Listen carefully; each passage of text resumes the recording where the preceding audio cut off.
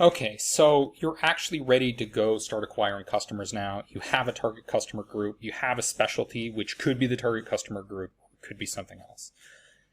How do you actually go to market and start getting these customers, these clients?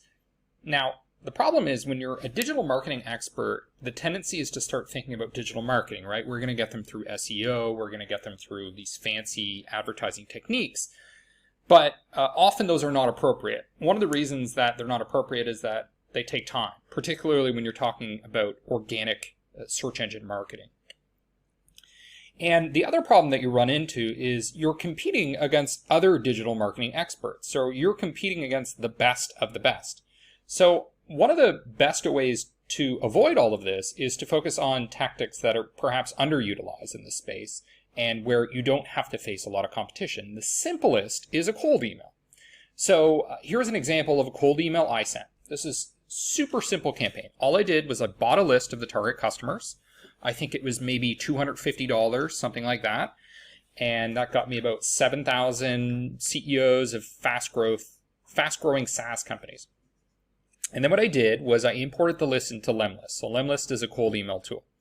So not only was this incredibly simple and fast, but it was also automated. So all I did was I set up one automated email. It wasn't even an elaborate sequence of like 10 nurturing emails, just one cold email. And this is what it looked like. The subject line was ideas and feedback for, and then that would be filled in with the company name or the person's first name. I sent it out, and within, I don't know, maybe a day or two, the CEO of this company, I think it's a $30 million company, responds, and he's like, yeah, I want you to have a meeting with the entire executive team to talk about your marketing services. So you see how easy that is? Now, if you were focused on search engine optimization, etc., it's not going to be targeted. So you're probably going to get a lot of people that are tire kickers, can't afford to pay your $2,000 retainer or whatever. And it's just going to take forever to get momentum. Cold email, extremely effective when you use the right tool. The problem when you send cold emails through something like HubSpot or Marketo is those are not cold email tools. So what ends up happening is the emails don't actually land in their inbox.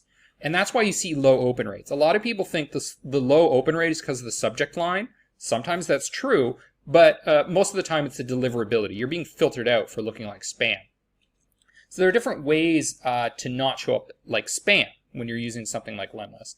One is your email should be mostly text. Now, I happen to have an image here in my email, but that's it's optional. You don't even need to do that. In fact, you're much more likely to be flagged as spam if you have a lot of images or GIFs and things like that. The other thing is that you want to use a separate email that you've warmed up, like a separate domain. That way, if you do get blacklisted, you have some protection there for your actual website domain. And there are programs like Lemlist that provide like a LemWarm feature where it warms up the email, where people automatically respond to it, so it kind of shows you're legitimate. And once you've kind of warmed up and you only send maybe starting with 50 emails per day, work your way up to maybe 150, you're far less likely to be flagged as spam. Whereas when you send like 1,000 emails at once, then it's an e-blast. And even legitimate emails that are not cold emails at all can go to your spam. I'm getting emails from Fortune 500 companies that land in my spam filter, but you send through Lemlist, goes to people's inbox. Okay, so let's look at this very short email and why it's extremely effective at getting results. And then later what we'll do is we'll walk through a framework from Harvard Business Review on how to do effective cold emails. So it just says hi, and I have the person's first name. So this is all automated. I just use curly brackets as a filler for whatever the person's name is.